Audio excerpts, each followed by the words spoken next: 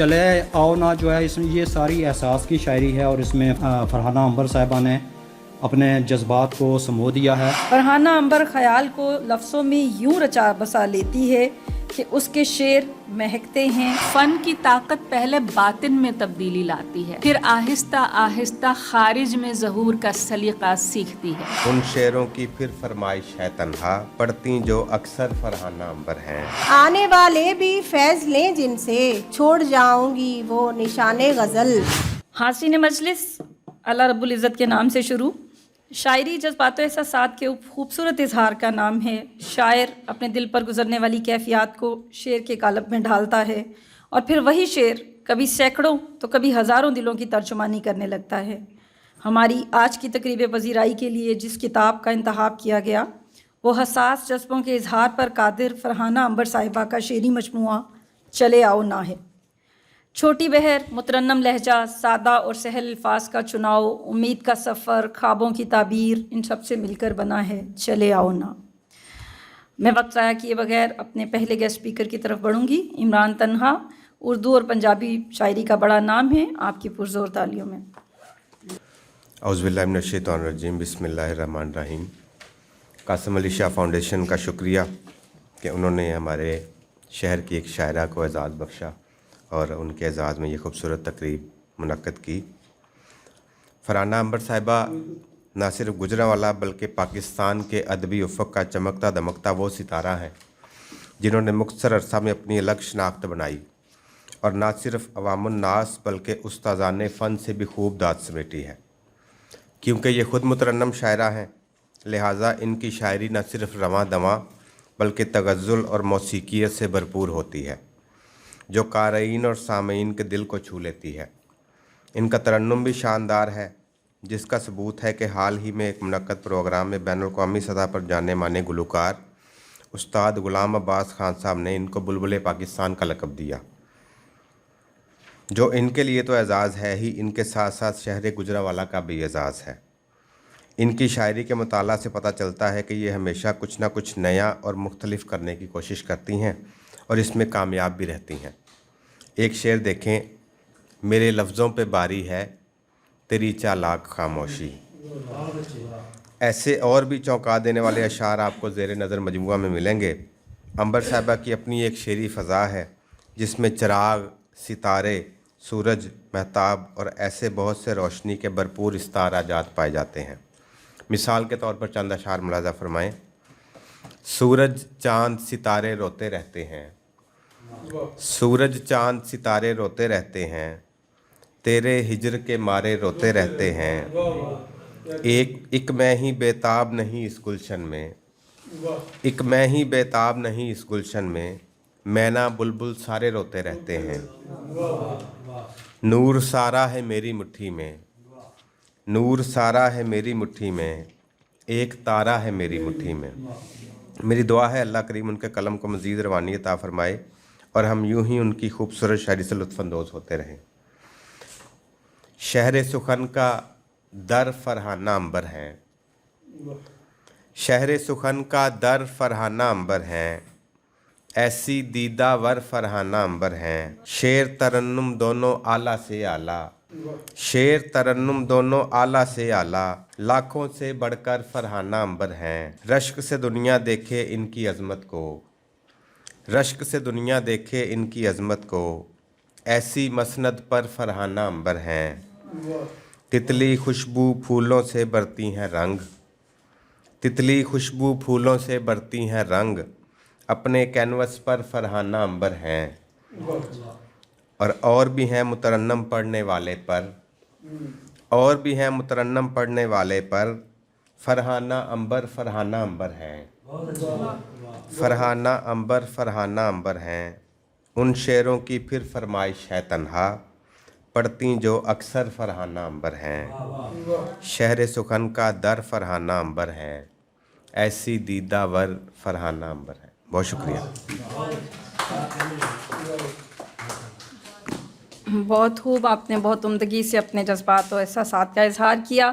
سعید قریشی صاحب کتاب کے آغاز میں فرحانہ عنبر صاحبہ کے بارے میں لکھتے ہیں، مشتاق اور فطری شاعرہ، جس وقت کوئی بھی شاعر صاحب کتاب ہونے کا ارادہ کرتا ہے تو عین اسی وقت سے خود کو اپنی نظر میں زیادہ محترم و معتبر خیال کرنے لگ جاتا ہے، اور یہ بے جا بھی نہیں ہے۔ امر واقعہ یہی ہے کہ صاحب کتاب ہونا باعث عز و تکریم بھی ہے اور موجب رفعت و تفاخر بھی۔ فرحانہ عنبر بھی آج کل ایسے ہی مراحل سے گزر رہی ہیں۔ فرحانہ عنبر کی شاعری پڑھ کر اکثر اوقات یہ گمان گزرتا ہے کہ فرحانہ عنبر ایک مشتاق اور فطری شاعرہ ہے۔ فرحانہ عنبر شعر کہتے ہوئے کسی مشکل کا شکار نہیں ہوتی، ادق خیال اور دشوار زمین میں نہایت آسانی اور سہولت سے خوبصورت اشعار کہنا اسے چنداں دشوار نہیں لگتا۔ فرحانہ عنبر خیال کو لفظوں میں یوں رچا بسا لیتی ہے کہ اس کے شعر مہکتے ہیں۔ نہایت سہل اور سادہ الفاظ کا برمحل استعمال اور مشکل قوافی کو سہولت سے نبھانا فرحانہ عنبر کو خوب آتا ہے۔ موسیقیت اور سر سے آگاہی شعر کو پرتاثیر بنانے کا مؤثر ترین ذریعہ ہے اور فرحانہ عنبر کو اس پر ملکہ حاصل ہے۔ فرحانہ عنبر نہایت خوشگل شاعرہ ہے۔ فرحانہ عنبر اپنے اشعار جب مترنم پیش کرتی ہے تو شعر کی تاثیر تو آتشہ ہو جاتی ہے۔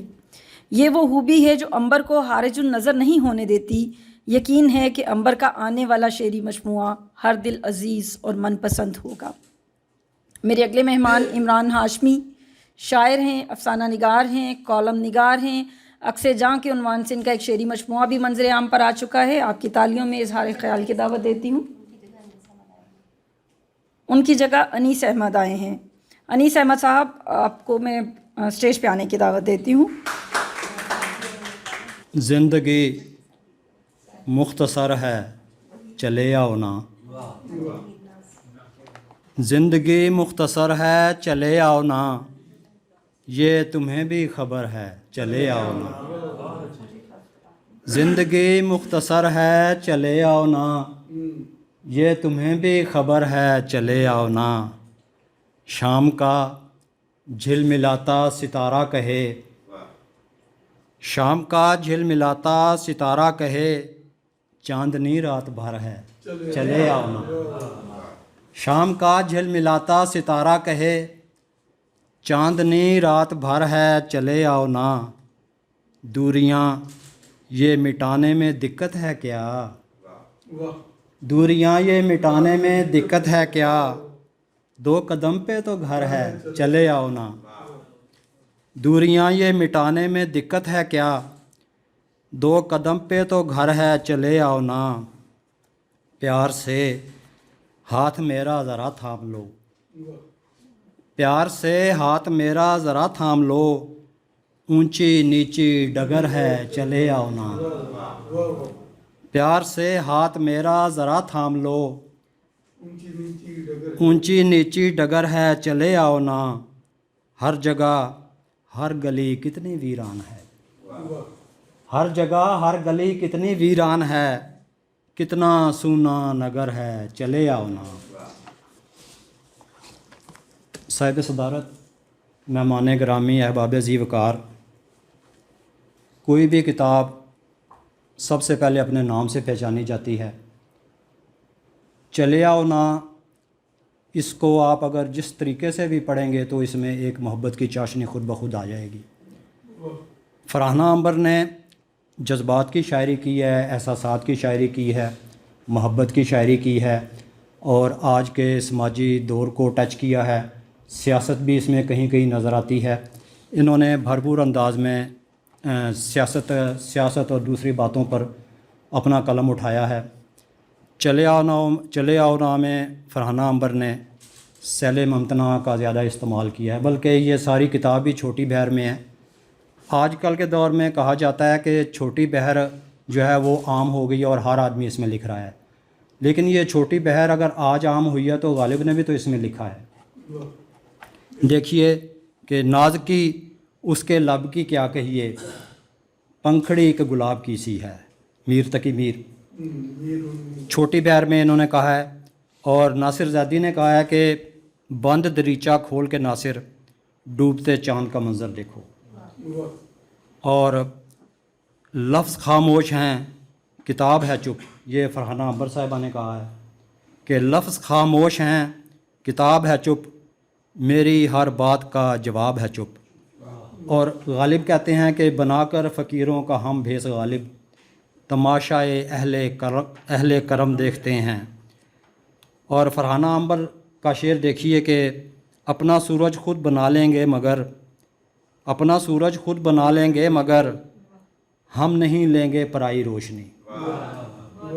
اس شعر میں یہ چھوٹی سی بیر ہے، اس میں چھوٹی بیر میں سب سے مشکل کام ہوتا ہے قافیے اور ردیف کو بہتر طریقے سے استعمال کرنا. اور جس غزل کو بھی سامنے لے آئے فرحانہ عنبر صاحبہ نے اس میں بہت خوبصورتی کے ساتھ قافیے اور ردیف کو نبھایا ہے. اور جب یہ قافیے اور ردیف پر کو لے کے آگے چلتی ہیں تو وہ خود بولنے لگتا ہے، اور اس میں وہ اکیلا نہیں بولتا بلکہ یہ ان میں الفاظ میں جان ڈالتی ہیں. وہ پھر پوری توانائی کے ساتھ شعر جو ہے وہ سامنے آتا ہے.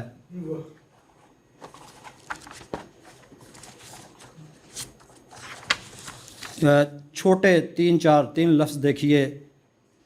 کرے سرشار واللہ تیرا دیدار واللہ. اب اتنے چھوٹے تھوڑے لفظوں میں اتنی بڑی بات کہہ دینا کتنا مشکل ہے. فرحانہ عنبر صاحبہ کی ساری کتاب جو ہے وہ چھوٹی بیر پر مشتمل ہے، لیکن انہوں نے ہر شعر میں بڑی بات کی ہے. اور بڑی بات کرنے والوں میں آپ خود دیکھیے کہ ہوا کی طرح صحرا سے گزر جا سفر میں کیا سر و سامان رکھنا. یہ خالد احمد صاحب کا شعر ہے کہ چھوٹی بیر میں انہوں نے کتنے خوبصورت الفاظ میں ایک بڑا مضمون باندھ دیا ہے. عشق نے غالب نکما کر دیا ورنہ ہم بھی آدمی تھے کام کے. تو چھوٹی سی بیر ہے، تھوڑے سے لفظ ہیں، لیکن انہوں نے غالب نے اس کو بڑا شعر بنا دیا. یہ غالب کی وجہ سے نہیں ہے، غالب کی شاعری کی وجہ سے بڑا شعر ہے، اور یہ فی زمانہ بڑا شعر ہے. آگ تھے ابتدائے عشق میں ہم اب جو ہیں خاک انتہا ہے یہ. میر تقی میر نے دیکھیں کتنا بڑا شعر یہ کہہ دیا ہے. اور استاد ابراہیم ذوق کہتے ہیں کہ تم جسے یاد کرو پھر اسے کیا یاد رہے، اسے کیا یاد رہے، نہ خدائی کی ہو پرواہ نہ خدا یاد رہے. اور احمد ندیم قاسمی کہتے ہیں کہ کچھ نہیں مانگتا شاہوں سے یہ شیدا تیرا، اس کی دولت ہے فقط نقش کف پا تیرا. اور جو یہ جوانی کے چند سپنے ہیں تم جنہیں میرے شعر کہتے ہو. یہ شعر احمد ندیم قاسمی صاحب کا ہے. اور فرحانہ عنبر صاحبہ کے چند اشعار ملاحظہ کریں. یہ ہے دربار محبت اس میں پست اپنی صدا حد ادب. کیا خوبصورتی سے انہوں نے نستعلیق زبان میں یہ شعر کہا ہے، اور یہ پوری غزل جو ہے دیکھنے کے اور پڑھنے کے قابل ہے. اور آپ کہتی ہیں کہ آج فلک پر دیکھا بادل تیری نرم ہتھیلی جیسا. آج فلک پر دیکھا بادل تیری نرم ہتھیلی جیسا. چلے آؤ نا جو ہے اس میں یہ ساری احساس کی شاعری ہے، اور اس میں فرحانہ عنبر صاحبہ نے اپنے جذبات کو سمو دیا ہے. اور احباب ذی وقار جاننے والے جانتے ہیں کہ محترمہ فرحانہ عنبر صاحبہ مشاعروں میں شرکت کرتی ہیں، دوسرے شہروں میں بھی شرکت کرتی ہیں، اور گھر کی پوری ذمہ داری کے ساتھ نبھاتی ہیں. اکثر دوستوں کو اس بات کا پتہ نہیں ہے کہ ان کا ایک بیٹا 18 سالہ وہ جو ہے وہ ڈسیبل ہے. چلنے پھرنے کی تو علیحدہ بات ہے، نہ بول سکتا ہے، نہ اٹھ کے بیٹھ سکتا ہے، نہ خود کھا سکتا ہے. حتیٰ کہ اس کو اگر آپ نے کروٹ بھی لینا چاہے تو وہ کروٹ بھی نہیں لے سکتا. اور فرحانہ عنبر صاحبہ اس کو اپنے ہاتھ سے دوسری کروٹ ڈالتی ہیں، اور جو کچھ کھلاتی پلاتی ہیں اپنے ہاتھ سے انہیں کھلاتی پلاتی ہیں. وہ ان کے ساتھ اتنا مانوس ہے کہ ان کے علاوہ کو کھاتا پیتا نہیں ہے. گویا بیٹے کی محبت نے ان کے پاؤں کو جکڑ لیا ہے. یہ کسی دوسرے شہر میں جائیں تو انہیں اس بات کی فکر ہوتی ہے کہ انہوں نے واپس جا کے اپنے بیٹے کے معاملات بھی دیکھنے ہیں. اور وہ سارا دن انتظار کرتا ہے کہ میری امی نظر نہیں آ رہی، اور جیسے ہی وہ یہ نظر آتی ہیں تو وہ خوشی کا اظہار کرتا ہے اور ساتھ جو ہے نا ناراضگی کا ایسے بول کے جیسے کوئی جس کی زبان نہ ہو اور بول نہ سکتا ہو وہ بولنے کی کوشش کرتا ہے. وہ ساتھ میں ناراضگی کا اظہار بھی کرتا ہے اور اپنے جذبات کا اظہار بھی کرتا ہے کہ میری امی آ گئی ہیں. اور ماں تو ماں ہوتی ہے, ماں کو جیسی بھی اولاد ملے وہ اس پہ اس کی خدمت کرتی ہے. اور یہ اللہ تعالیٰ نے ان کے لیے ایک امتحان ہے, لیکن اللہ تعالیٰ جو ہے نا بڑا غفور الرحیم ہے, وہ کسی پر اس کی جان سے زیادہ بوجھ نہیں ڈالتا, ہر کسی کی جان کے حساب سے ڈالتا ہے. تو یہ اللہ تعالیٰ نے آپ کی ڈیوٹی لگائی ہے, آپ اس کو نبھا رہی ہیں. اور ساتھ میں شاعری آج کے دور میں انسان جو ہے یہ معاشرہ جو ہے نا آج بھی پاکستان میں خاص طور پر مردوں کا معاشرہ ہے.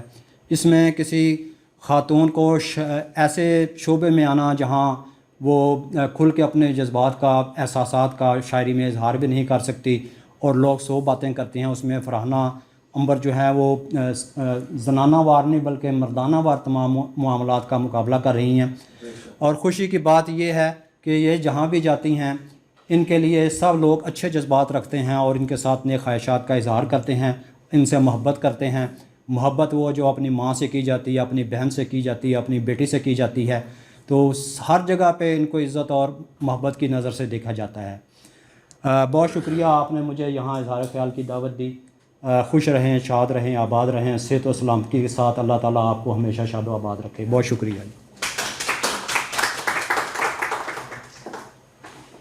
بہت شکریہ انیس صاحب, آپ نے بہت عمدہ باتیں کیں, دل کی باتیں تھیں, دل تک پہنچیں, اور بہت اچھی خوبصورت بات انہوں نے کی کہ فرحانہ عنبر چھوٹی بہر کی شاعر ہیں, لیکن ان کا ہر چھوٹی بہر کا شعر اپنے اندر بڑا مفہوم اور بڑا خیال لیے ہوئے ہے. یہ فرحانہ عنبر ہی ہو سکتی ہیں. میرے اگلے مہمان مقرر ہیں حاجی وحید ناز, اردو اور پنجابی زبان کے شاعر ہیں. آپ کی پرزور تالیوں میں حاجی وحید ناز.